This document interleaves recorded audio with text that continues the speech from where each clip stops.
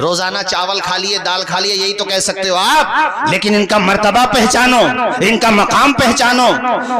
یہ دیکھو کس طریقے سے محنت کرتے. کبھی گزرا کرو مدرسے کے پاس سے، اللہ رسول کی محبت ہی میں صحیح ان طلباء کے سر پہ ہاتھ رکھ دیا کرو، اور کسی طالب علم کی خاموشی سے ساتھ جا کر کے مدد کر دیا کرو، یہ سوچ کر کے میرا چھوٹا بھائی ہے یا اولاد داخل ہے، وہ طالب علم حافظ قرآن بنے گا، وہ قرآن پڑھے گا، اس کا ثواب اللہ تعالیٰ تمہاری روح کو بھی عطا فرمائے. بے شک بے شک. میرے حضور کی روح پاک خوش ہوگی کہ میرے مہمان سے کتنی محبت کر رہا ہے.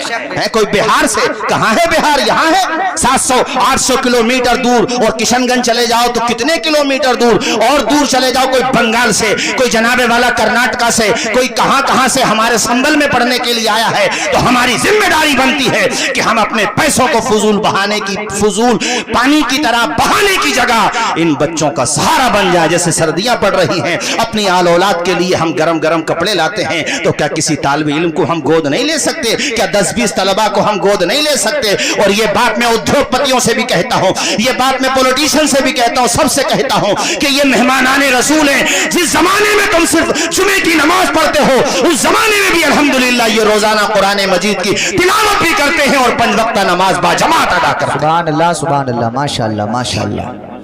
ان کا مقام پہچانو، ان کا مرتبہ پہچانو، ان کا رتبہ پہچانو، ان سے پیار کرو، ان کو سمان دیا کرو، ان سے محبت کیا کرو. چونکہ کل قیامت کے دن یہ آیا ہے کتابوں میں کہ اللہ پاک جب ان سے فرمائے گا جاؤ جنت میں جاؤ، تو یہ کہیں گے یا اللہ ہم اکیلے جائیں یا انہیں بھی لے جائیں جو ہم سے صرف اور صرف تیری رضا کے لیے محبت کیا کریں.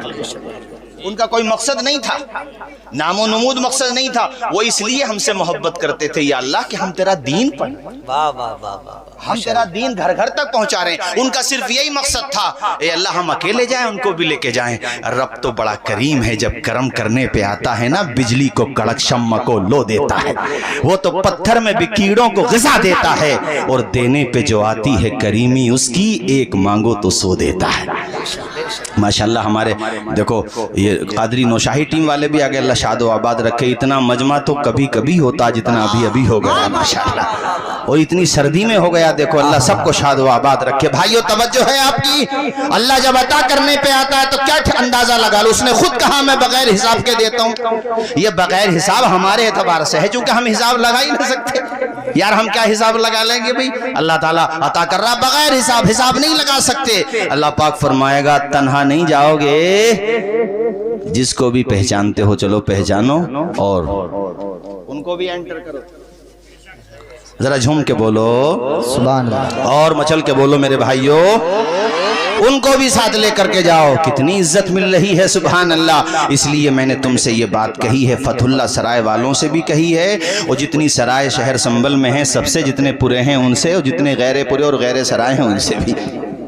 میں نے تو سب سے کہیے کہ جو بھی تمہارے محلے میں ادارہ چل رہا ہے، بھئی عجم علوم ہو، نقاشق علوم ہو، ضمیر علوم ہو، فیض العلوم ہو، مخدومیہ ہو، سب کے نام میرے اس وقت ذہن میں نہیں آ رہے، جتنے بھی مدرسے ہیں، مکتب ہوں یا بڑے مدرسے ہوں، ہے نا، جہاں بھی تعلیم ہو رہی ہے ذمہ داری بنتی ہے ہماری کہ ہم اس میں یوگدان دیں. ارے آدمی گڑ نہ دے، گڑ جیسی بولی تو بول دے. مولانا ابرار صاحب، ہمارے مولانا ابرار صاحب کا مدرسہ رضا حسنین ماشاءاللہ، بھئی آدمی گڑ نہ دے، گڑ جیسی، بھئی مولانا بڑی محنت کر رہے ہو ماشاءاللہ، تو دل بڑھ جاتا مولانا کا. یہ نہیں ہے گزرے تو ادھر سے بھی گزرے تو ایسا لگ رہا تھا بھوپال کے بٹوے ہیں، ادھر سے گزرے تو بھی ایسے لگ رہا تھا. اب مولانا کا دل ٹوٹ جاتا ہے یار. ایک تو محنت کرو، ان کے بال بچوں کو پڑھاؤ، اور سیدھے منہ نہیں بول سکتے. ارے 150 روپے ہاتھ پہ رکھ دو اس کے، تمہارے 150 روپے سے کچھ نہیں گھٹے گا، مگر اس مولانا کا دل بڑھ جائے گا ذرا. جیسے یہاں پر ماشاءاللہ میں نے اندازہ لگا لیا تھوڑی دیر میں، میں بھی سیر و سیاحت والا آدمی ہوں، مجھے تھوڑی بہت پہچان تو ہو ہی جاتی ہے. خوب خوش ہیں ماشاءاللہ فتح اللہ سرائے والے یہاں پر. میں نے دیکھا تھوڑی دیر میں بہت سارے لوگ آ گئے محلے کے، اور بڑے خوش ہیں. کبھی قاری صاحب بڑی محنت کر رہے ہیں، بچوں کو پڑھا رہے ہیں. یار تم اگر مر گئے تو نماز جنازہ پڑھانے والا بیٹا نہیں ملے گا تمہیں اگر یہ مدرسے بند ہو گئے تو.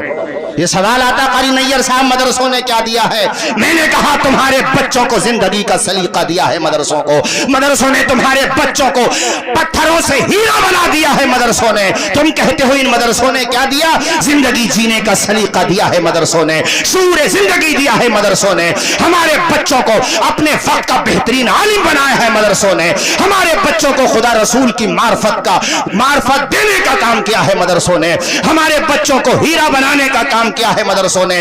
اور یہ جو مسجدوں سے میناریں ہیں اور ان میناروں سے جو اذان کی صدائیں بلند ہوتی ہیں, یہ مؤذن دینے کا کام بھی تو کیا ہے مدرسوں نے.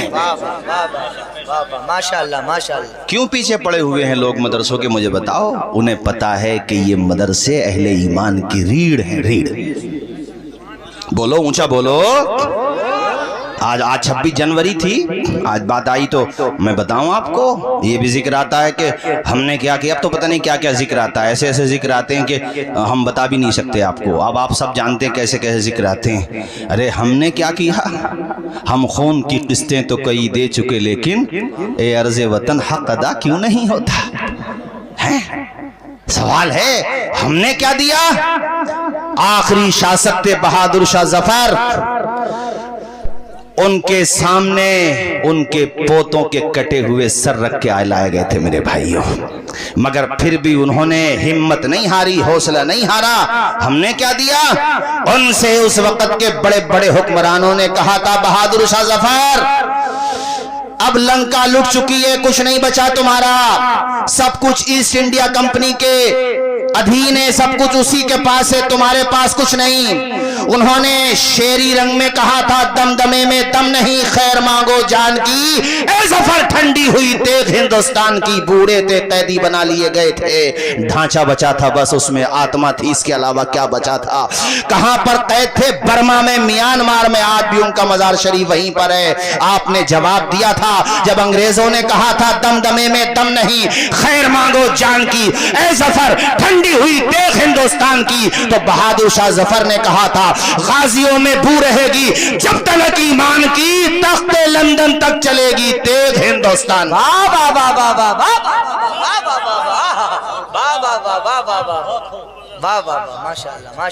بھائیو بس میں چونکہ وقت کا مجھے خیال ہے, میں تو اوروں سے کہتا ہوں خیال رکھو, تو میں نہیں رکھوں گا تو کون رکھے گا.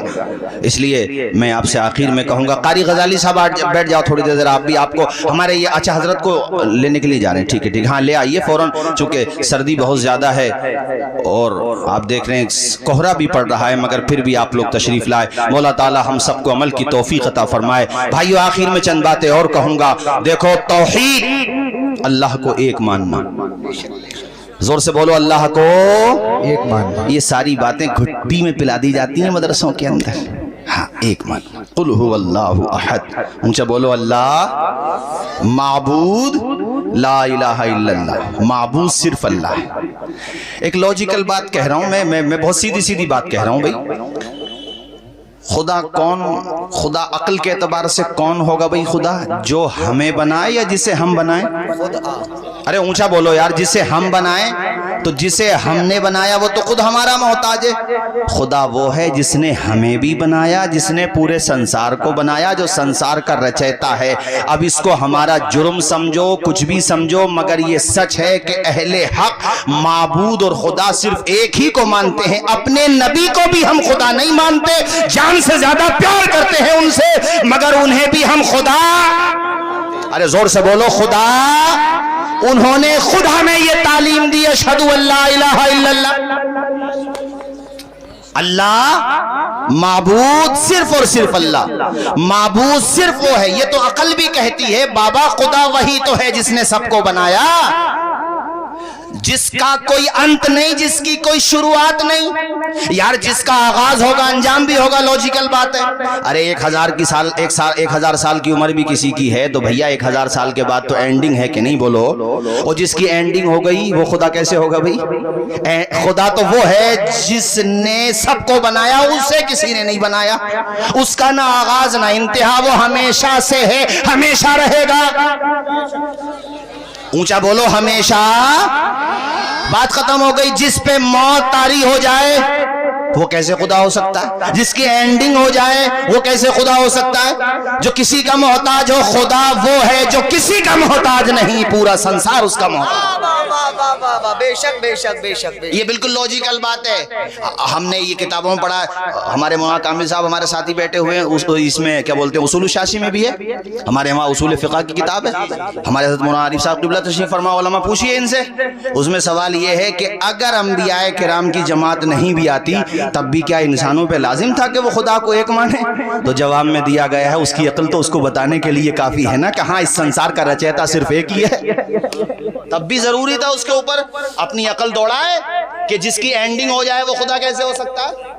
ہمارے حضرت مولانا ضیاء المصطفیٰ صاحب قبلہ ماشاءاللہ، حضرت مولانا رفاعل صاحب، حافظ منور صاحب حسن پور سے، دیکھو اتنی سردی میں آگئے، تم تو شہر کے سرائے اور پورے سے آئے ہو یا حسن پور سے آئے؟ سبحان اللہ، اتنی سردی میں اللہ شاد و آباد رکھے، اللہ خوش رکھے سب کو۔ بھائیو بات سمجھ آ رہی کہ نہیں آ رہی؟ بولو۔ اللہ کا شکر ادا کرو کہ اللہ نے تمہیں صاحب ایمان بنایا، اس سے بڑی دولت ہے دنیا میں کسی کے پاس؟ ورنہ پتہ نہیں کیا کیا کھا رہے ہوتے،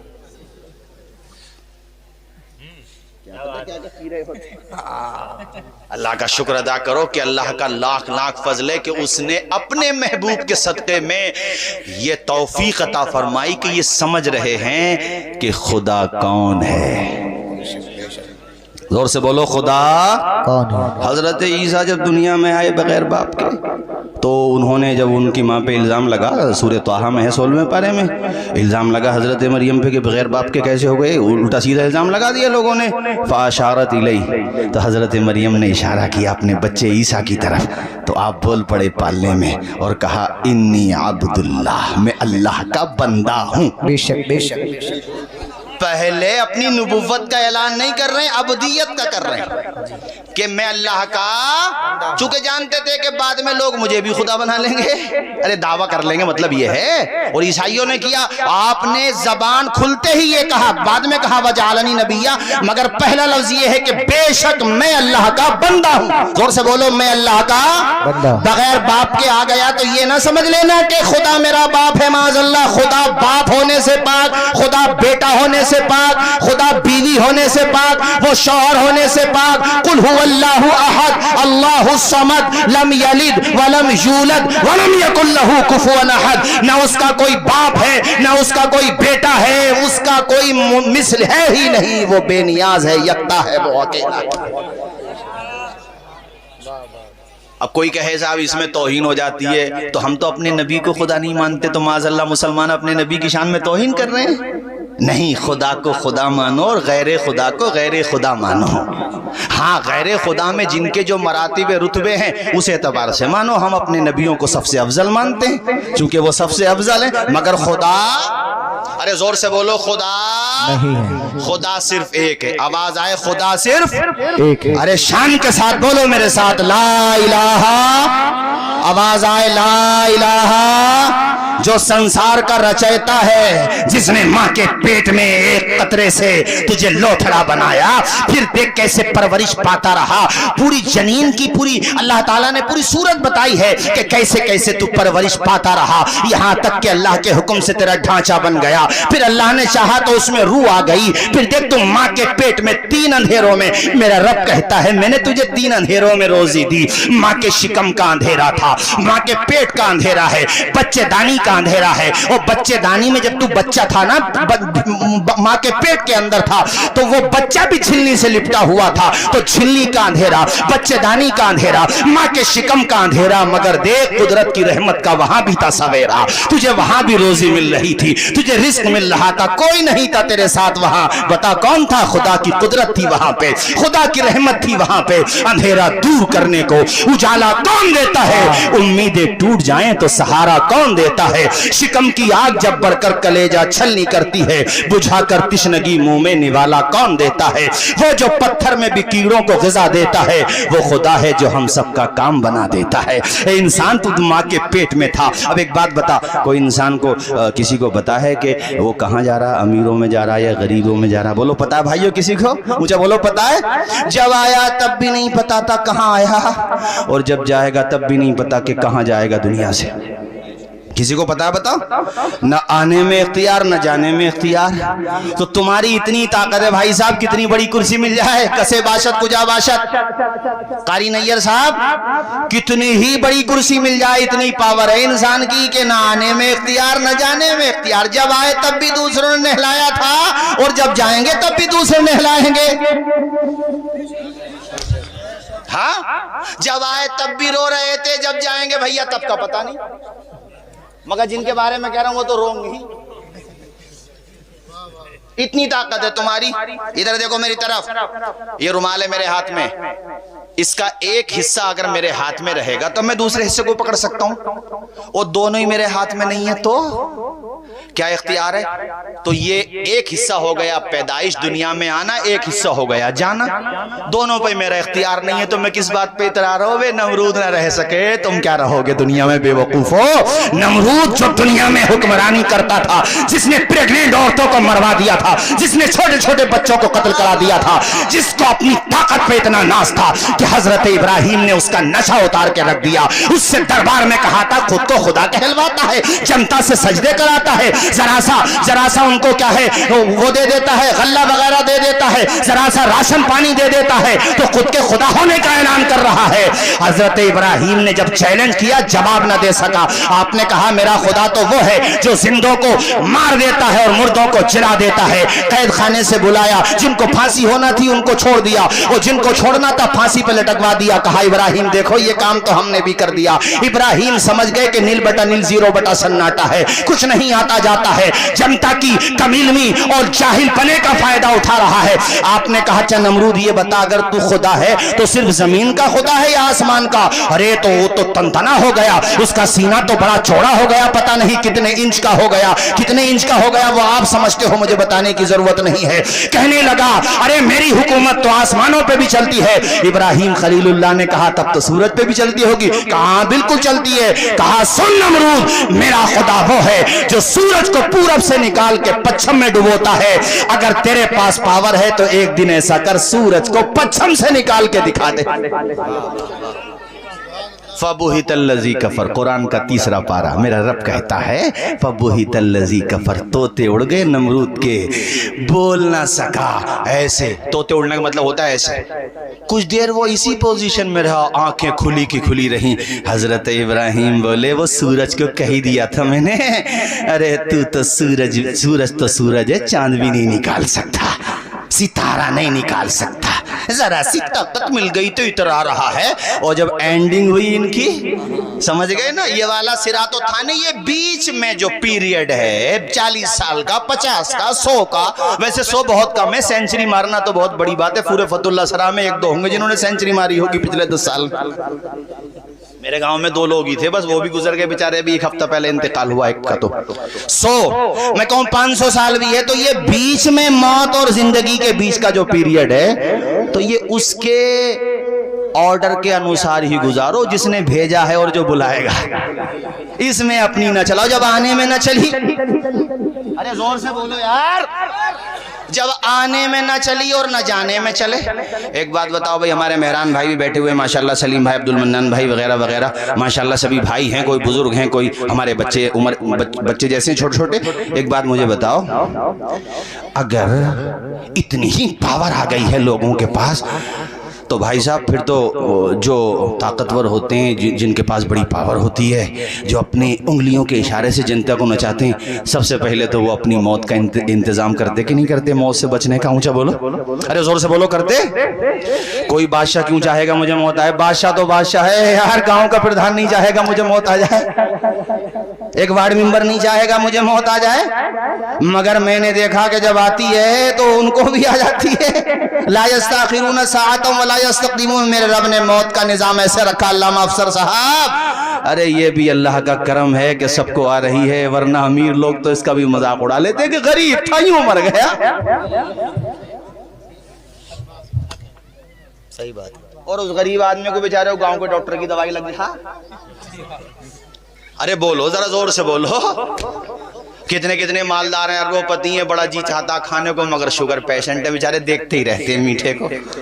اور رکشا پولر ہے میرا رکشا پولر، میرا غریب بھائی، میرا ٹیمپو چلانے والا، یہ میل میں جا کے کام کرنے والا، یہ دہاڑی لگانے والا میرا غریب مزدور بھائی، اپنے بچوں کو خون پسینے کی کمائی کھلانے والا، یہ کیسا ہے کہ سو جاتا ہے فٹ پاتھ پہ اخبار بچھا کر، مفلس کبھی نیند کی گولی نہیں کھاتا۔ بے شک بے شک بے شک بے شک بے شک۔ ہمارے مبلغ دعوت اسلامی حضرت معاذ المصطفیٰ صاحب قبلہ تشریف فرمائے، علماء کرام سے پوچھو، الحمدللہ اور نیند کی گولی کھانے کی ضرورت علماء کو بھی نہیں پڑتی ہے، نہیں آتی ہے تو اپنا آیت الکرسی 2-3 دفعہ پڑھ لو، آئی جائے گی انشاءاللہ۔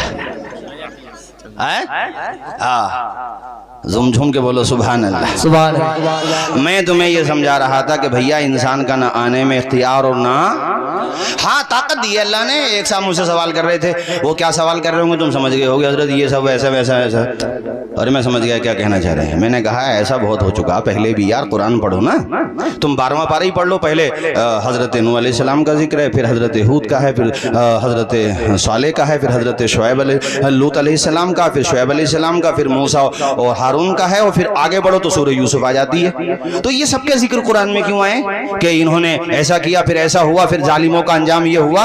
تو یہ قرآن میں بار بار بتایا گیا کہ پہلے بھی ایسا ہو چکا ہے، کبھی اگر سمسیاؤں آ جائیں، پریشانیاں آ جائیں تو ایمان مت دے بیٹھنا، اس لیے کہ سب کچھ اسی پہ ٹکا ہوا ہے تمہارا۔ بے شک بے شک بے شک۔ اور پھر قرآن نے یہ بھی تو بتایا ظالموں کا انجام کیا ہوا۔ اب تفسیر پڑھ لو قرآن کی۔ یہ جو نمرود تھے، مسٹر نمرود، ارے تھوڑا عزت کے ساتھ نام لو نا یار، کسی کی بے عزتی بھی کرو تو عزت کے ساتھ کرو یار، ہم لوگ زبان کا غلط استعمال کیوں کریں۔ مسٹر نمرود کی جب اینڈنگ ہوتی ہے تو اللہ نے فرشتوں کی جماعت نہیں بھیجی، اللہ پاک نے مچھروں کی فوج بھیجی۔ جو فوج تھی اس نے اس فوج کو نپٹایا۔ ان مچھروں میں ایک مچھر تھا، وکلانگ تھا وہ۔ ان کو لنگڑا کہو گے تو ان کی روح کو تکلیف نہ پہنچے گی؟ وکلانگ، وکلانگ تھوڑا ذرا صحیح لفظ ہے، وکلانگ مچھر، برین واشڈ تھا وہ سیدھا انٹری کرتا ہے ناک کے راستے سے برین میں، برین ہیمبریج طوی سے چلا شاید، اور اس نے وہ اٹیکنگ، مطلب اس نے وہ ایسا اٹیک کیا کہ وہی جنتا جو اس کو سر جھکا کے سجدہ کرتی تھی، اپنے پاؤں کا جوتا مارتی تھی تو انعام دیتا تھا، تو بڑا ریسٹ ملتا تھا اس کو وہاں پہ۔ جب دیکھو کیا انجام ہوا، زور سے بولو ہوا کہ نہیں، اونچا بولو ذرا بھائیو۔ ہم نے کیا بتایا، وہ مہلت دیتا ہے، پاور نہیں دیتا ہے۔ اب میں ہاتھ ہلا رہا ہوں تو یہ مہلت تو ہے، یہ بے وقوف، یہ میں سمجھوں کہ میرے ہاتھ ہیں، جس دن دم نکلے گا ایسے پڑے ہوئے ہوں گے۔ ابے تو بے وقوف ہو، یہ جو تمہیں ٹائم مل گیا ہے اچھا کرنے کا تو جنتا کے ہت میں کام کرو، اچھے کام کرو، لڑنے جھگڑنے کی باتیں کیوں کرتے ہو، لڑانے اڑانے کی؟ تمہارے کام آئیں گی، اچھا کام کر کے جاؤ گے۔ ارے عذاب بھی ہوگا تو کمی ہوگا بنسبت دوسروں کے، ہوگا تو ہمیشہ ہی ہے، مگر عذاب میں بھی تو فرق ہوگا نا۔ تو میں اس اعتبار سے کہہ رہا ہوں کہ کبھی یہ نہ سوچو کہ ہم خدا ہیں۔ بہتوں کے نشے اللہ نے ڈھیلے کر دیے، مہلت دی اللہ نے۔ میں نے پہلے تم سے کیا کہا کہ اللہ مہلت دیتا ہے، مگر اللہ قرآن میں ہی کہتا ان بطش ربک لشدید، بے شک تیرے رب کی پکڑ بہت سخت ہے۔ زور سے بولو پکڑ بہت۔ فرعون کو نہیں ڈبو دی اللہ نے بحر احمر میں، اور جب اس نے موت کو دیکھا، عذاب کے فرشتوں کو دیکھا تو 11ویں پارے میں ہے، کہنے لگا میں ایمان لاتا ہوں موسیٰ اور ہارون کے رب پہ۔ اللہ پاک نے جواب دیا آلآن وقد عصیت قبل وکنت من المفسدین، اب ایمان لا رہا ہے، پہلے تو بہت بڑا فسادی تھا۔ نے کہا قرآن میں، اور اس کے بالکل فوراً بعد آیت ہے، اللہ کہتا ہم تیرے بدن کو محفوظ رکھیں گے تاکہ لوگوں کے لیے عبرت کا سامان ہو۔ ارے قرآن کی ایک ایک بات سچی ہے مسلمانوں، ایمان مضبوط رکھو، ڈگمگاؤ مت۔ کبھی ایسی سچویشن آئے تو میدان کربلا ہے نا ہماری نگاہوں کے سامنے، کیوں ڈگمگا رہے ہو بھئی؟ ایمان مضبوط رکھو، اللہ کا شکر ادا کرو۔ یار تو دنیا میں آیا، اللہ کا کتنا بڑا احسان ہے کہ اللہ نے اپنے محبوب کی امتیوں میں پیدا بے شک بے شک۔ نعرہ تکبیر، نعرہ رسالت، نعرہ حیدری، نعرہ غوثیت، مسلک اعلیٰ حضرت حضرت علامہ ڈاکٹر مفتی شہریار صاحب قبلہ، حضرت علامہ مفتی نسیم صاحب قبلہ، علماء اہل سنت، نعرہ تکبیر، نعرہ رسالت۔ آپ حضرات سکون و و اطمینان کے ساتھ میں اپنی جگہ کر بیٹھ جائیں, اور جس کو کرسی خالی نظر آ رہی ہو کرسی کو پر کر کے بیٹھ جائے. حضرت منبر رسول پر تشریف لائے ہیں, بیٹھ جائیے, علماء کرام نے استقبال کر لیا, بیٹھ جائیں. بیٹھ جاؤ بھائی, سارے لوگ بیٹھ جاؤ. خطیب اہل سنت, مبلغ اسلام, عظیم اسلامک اسکالر حضرت ڈاکٹر شہریار صاحب قبلہ. کیسے خطیب ہیں مجھے بتانے کی ضرورت نہیں ہے, آپ بارہا سن چکے ہیں. حضرت اپنا تعارف خود ہیں الحمدللہ. آپ سنیں گے 1 گھنٹے کے بعد آپ کو ایسا لگے گا کہ حضرت 1 گھنٹہ اور تقریر کریں. 2 گھنٹہ ہو جائے گا, جی چاہے گا 2 گھنٹہ اور کریں, اور 2 گھنٹے میں تو حضرت کو سمجھ لو شروعات ہوتی ہے. ماشاءاللہ بہت عظیم مفکر ہیں, بہترین خطیب ہے, حق گو عالم دین الحمدللہ. آپ سنیں گے دل باغ باغ ہو. کلمہ شریف پڑھیں, لا الہ الا اللہ محمد رسول اللہ. فرعون سے اللہ نے کہا تیری لاش کو ہم بچائیں گے, محفوظ رکھیں گے. آج بھی مصر کے عجائب خانے میں اس کی لاش رکھی ہوئی ہے. میں تو کہتا ہوں یہ بڑے بڑے لوگ جو وزٹ پہ جاتے ہیں نا, میں نے کہا جا کے دیکھ لیا کرو کہ جب وہ نہ بچا تو پھر آگے کی تو آپ خود ہی جملہ سیٹ کر لو یار. بولو اللہ, آواز آئے اللہ, اونچا بولو اللہ. پڑھو میرے ساتھ, لا الہ الا اللہ محمد الرسول اللہ صلی اللہ علیہ وسلم. قرآن میرے نبی کا سب سے بڑا معجزہ ہے. بس 5 منٹ, چونکہ حضرت کا تشریف آوری ہو گئی, میں حضرت کا انتظار کر رہا تھا.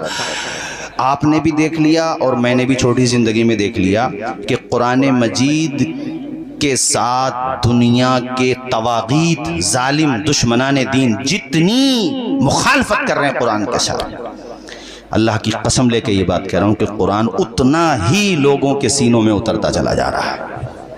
ابھی ریسنٹلی, زیادہ دنوں کی بات نہیں ہے, یورپ کے بڑے بڑے کئی مفکرین نے ابھی 1-2 مہینے کے اندر, کسی کی دعوت پر نہیں, کسی نے سمجھایا نہیں, خود ہی انہوں نے قرآن کو اسٹڈی کیا اور وہ الحمدللہ دامن اسلام سے وابستہ ہو گئے. خود ہی اپنے آپ ہی اتنا اثر پڑتا قرآن کا.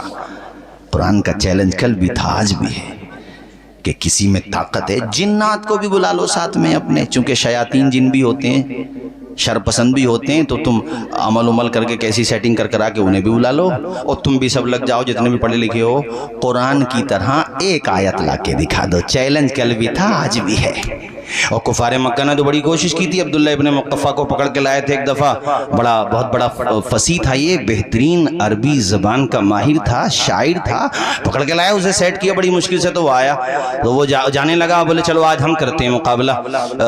مسلمانوں کے نبی, ہمارے پیارے نبی کا نام لیا اس نے, کہا ہم کرتے ہیں مقابلہ. وہ پبلک پیچھے پیچھے جا رہی تھی, عبداللہ ابن مقفع آگے جا رہا تھا. راستے میں مسلمانوں کا کوئی بچہ قرآن مجید کی آیت کی تلاوت کر رہا تھا, تو وہیں پہ رک گیا. کہا بیٹا یہ بتا تو کیا پڑھ رہا تھا؟ کہا یہ قرآن ہے, میں قرآن پڑھ رہا تھا. تو وہیں سے بیک ہو گیا. پبلک ادھر کو ڈھکیل رہی ہے تو پبلک ادھر کو ڈھکیل رہا.